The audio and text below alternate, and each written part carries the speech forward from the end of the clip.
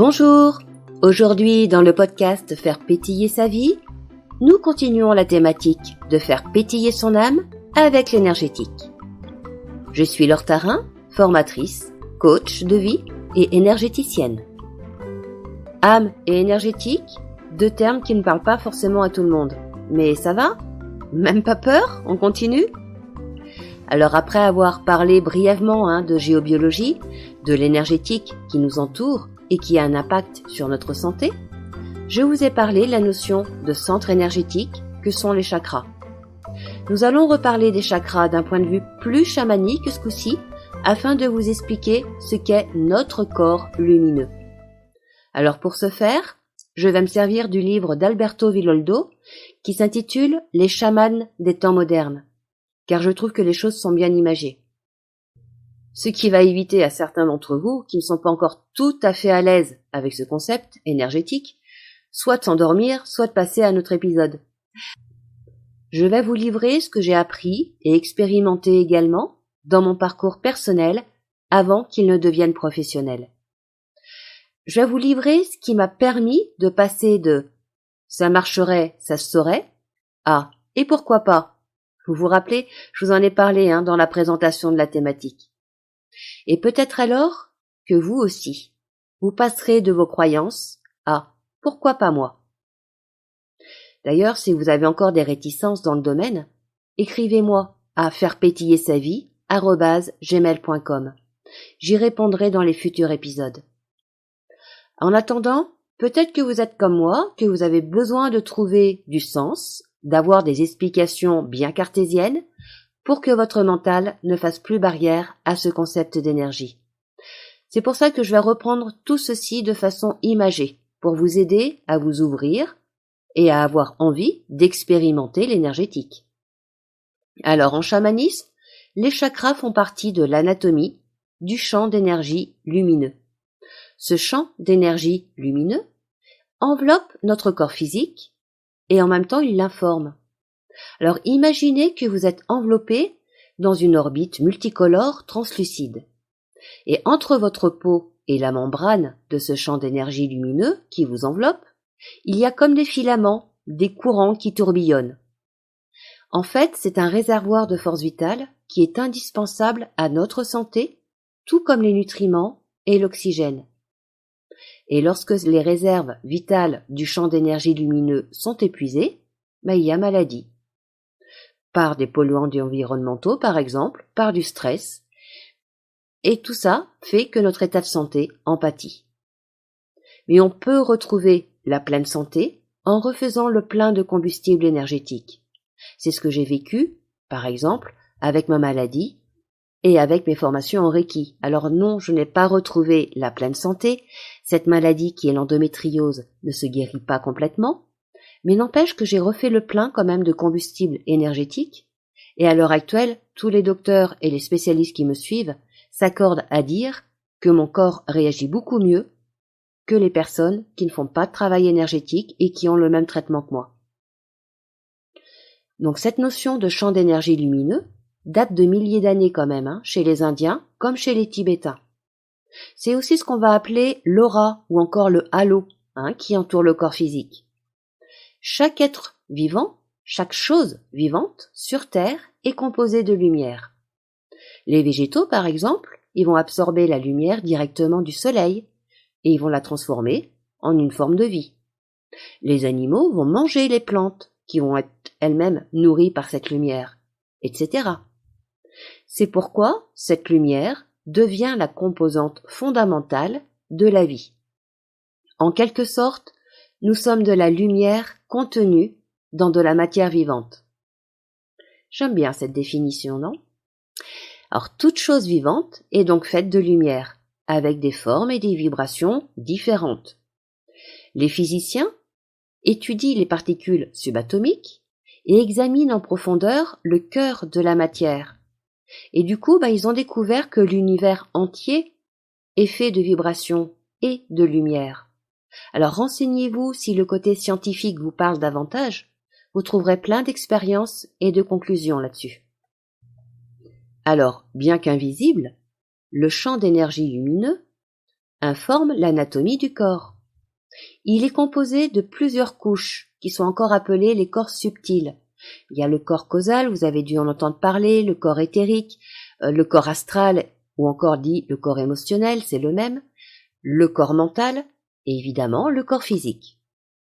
Ce champ d'énergie lumineuse va ainsi emmagasiner l'énergie pour nourrir le corps physique, pour entretenir notre résistance mentale et émotionnelle, pour alimenter notre énergie psychique et même notre énergie spirituelle. Alors ces corps subtils, ou encore appelés ces couches, ne sont pas séparés les uns des autres. Ils se dissolvent en quelque sorte les uns dans les autres.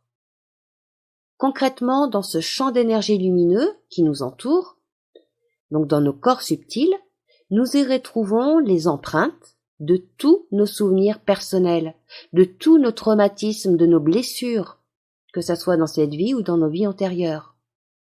Ces inscriptions, ou encore empreintes, vont dépendre de l'intensité, de l'émotion qui a été vécue alors. Ces empreintes sont comme des programmes en quelque sorte, des programmes informatiques inactifs. Mais parfois ces programmes se réactivent et ça nous pousse vers des comportements, vers des relations, voire même des accidents et des maladies qui reproduisent la blessure originelle. Par exemple, les empreintes des traumatismes physiques vont se retrouver dans la couche la plus extérieure du champ lumineux. Les empreintes, par exemple émotionnelles, elles, vont se retrouver dans la seconde couche, celles de l'âme dans la troisième et les empreintes spirituelles dans la quatrième couche, qui est la plus profonde. Ces empreintes dans nos corps subtils nous prédisposent à suivre certaines voies dans la vie. Elles nous incitent à recréer des événements, des rencontres, des choses qui font mal, ou alors elles nous guident vers des situations qui nous poussent enfin à guérir nos blessures d'âme. Toutes ces empreintes donnent des indications qui informent nos chakras. Ces chakras qui organisent à leur tour notre monde physique et émotionnel. Vous vous rappelez, on en a parlé dans l'épisode précédent. Ce champ d'énergie lumineux renferme à lui seul un schéma de la manière dont nous vivons, dont nous vieillissons, nous guérissons et voire même nous mourrons. Il est possible d'effacer ces empreintes négatives pour permettre à notre système immunitaire d'éradiquer la maladie. Ça, c'est plutôt une bonne nouvelle, non? Vous trouvez pas? Il est possible de faire un check-up, de faire un reset de ces empreintes pour enfin être libre de vivre la vie qu'on souhaite. Tout comme les courants d'énergie qui circulent le long de la Terre, nous aussi on a des courants d'énergie qui circulent à l'intérieur de nous, ça s'appelle les méridiens. Ils parcourent la surface de la peau et relient des points d'acupuncture les uns aux autres. Alors les méridiens d'énergie de la Terre sont similaires au système circulatoire de notre corps. Ces méridiens de notre corps sont en quelque sorte les veines et les artères de notre champ lumineux. Et les chakras aussi font partie de l'anatomie du champ d'énergie lumineux. Alors pour les traditions orientales, les chakras sont contenus carrément dans le corps humain. Et pour les chamans, les chakras se prolongent au-delà du corps physique sous forme de fils lumineux qui vont relier chaque être vivant, les hommes avec les arbres, avec les rivières, etc. Ces fibres lumineuses nous relient également à l'endroit où nous sommes nés et où on a vécu. Ils nous relient également à notre histoire personnelle, à notre destinée. Ainsi, les chakras vont transmettre à notre système nerveux l'information concernant nos traumatismes, nos peines du passé qui sont contenues dans les empreintes du champ d'énergie lumineux. Vous comprenez la logique? C'est fabuleux. Les chakras informent notre système neurophysiologique. Ils influencent nos humeurs, notre bien-être physique et émotionnel. Comme nous l'avons vu, nos glandes endocrines sont reliées avec ces chakras. Et ces glandes endocrines régulent notre comportement humain. Alors quand notre champ d'énergie lumineux est intoxiqué par des polluants, que ce soit des polluants environnementaux, mais également émotionnels, que ce soit des polluants qui nous viennent de la nourriture, qu'on absorbe, ou de la cigarette, ou de l'alcool, ou de l'air pollué, tout simplement. Ou alors, puisqu'on parle de toxiques émotionnels également, de notre stress, de nos angoisses, de notre anxiété. Eh bien, quand notre champ d'énergie lumineux est donc intoxiqué par ces polluants, nos chakras s'engorgent, un peu comme des pistons de moteur qui s'encrassent. Et donc du coup, notre corps a moins d'énergie. Et nous, comment on réagit? On se met à déprimer, ou alors on devient irritable. Et lorsque nos chakras sont complètement bloqués, là c'est notre système immunitaire qui ne fonctionne plus. Donc attention à la qualité, en quelque sorte, du combustible qu'on va donner à notre champ lumineux, parce qu'il a son importance. Quand nos réserves d'énergie sont contaminées, les chakras vont acheminer ces toxines au système nerveux central. Et donc, c'est égal à la maladie, voire à la mort. Il est important donc d'avoir une bonne qualité de ressources d'énergie pour avoir une vie saine. La qualité des réserves de ce champ d'énergie lumineux est aussi importante que le régime alimentaire que vous allez adopter, que le mode de vie que vous avez, et tout ça pour votre santé et votre longévité. Alors à vous de choisir la nourriture saine qui va apporter les nutriments dont votre corps a besoin. À vous de faire en sorte d'avoir des pensées et des actions cohérentes et positives. D'ailleurs, on en parlera dans la 3e thématique de ce podcast. À vous de prendre soin de vos chakras également. Il existe différents exercices pour nettoyer ces chakras. Mais avant d'en arriver là, j'aimerais vous faire tester votre ressenti énergétique. C'est un exercice que je donne tout au début de la formation en énergétique en Reiki Usui pour le 1er degré. Alors, je vais pas tout vous expliquer, je vais juste vous guider afin que vous puissiez effectivement le vivre. Parce que l'énergétique, c'est difficile à expliquer, mais c'est assez simple à ressentir. Je vous demande maintenant de fermer les yeux et de respirer normalement, sans rien forcer, sans rien vouloir contrôler. Vos pieds sont posés à plat sur le sol. Vous allez mettre vos mains en prière devant vous, à hauteur de votre poitrine. Continuez de respirer normalement, sans rien forcer.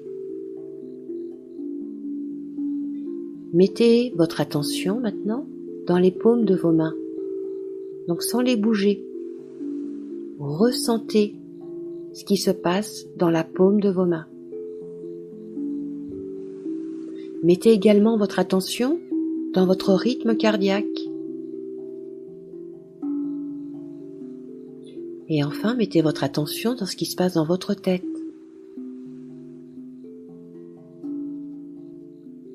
Maintenant, tout en douceur et vraiment très lentement, vous allez écarter vos mains l'une de l'autre, mais vraiment très très lentement, toujours les yeux fermés.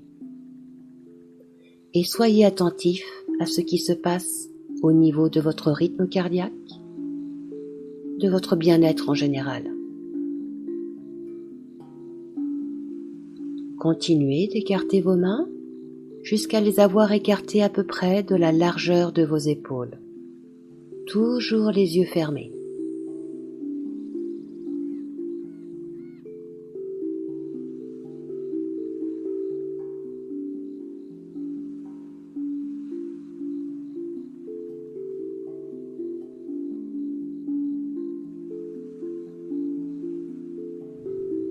Et restez un petit moment, les mains écartées l'une de l'autre, de la largeur de vos épaules, et faites un peu un check-up de comment vous vous sentez par rapport à tout à l'heure.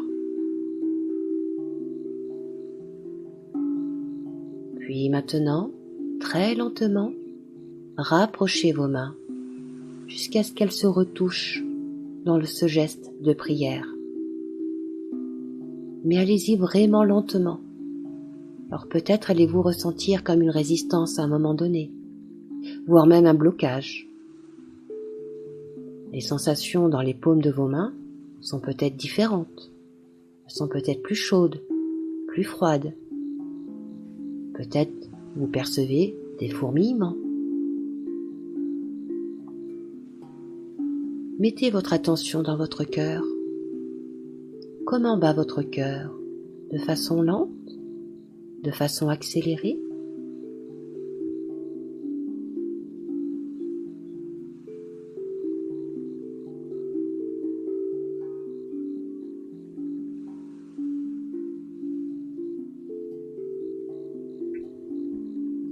Et maintenant que vos mains se touchent de nouveau, elles sont collées l'une à l'autre.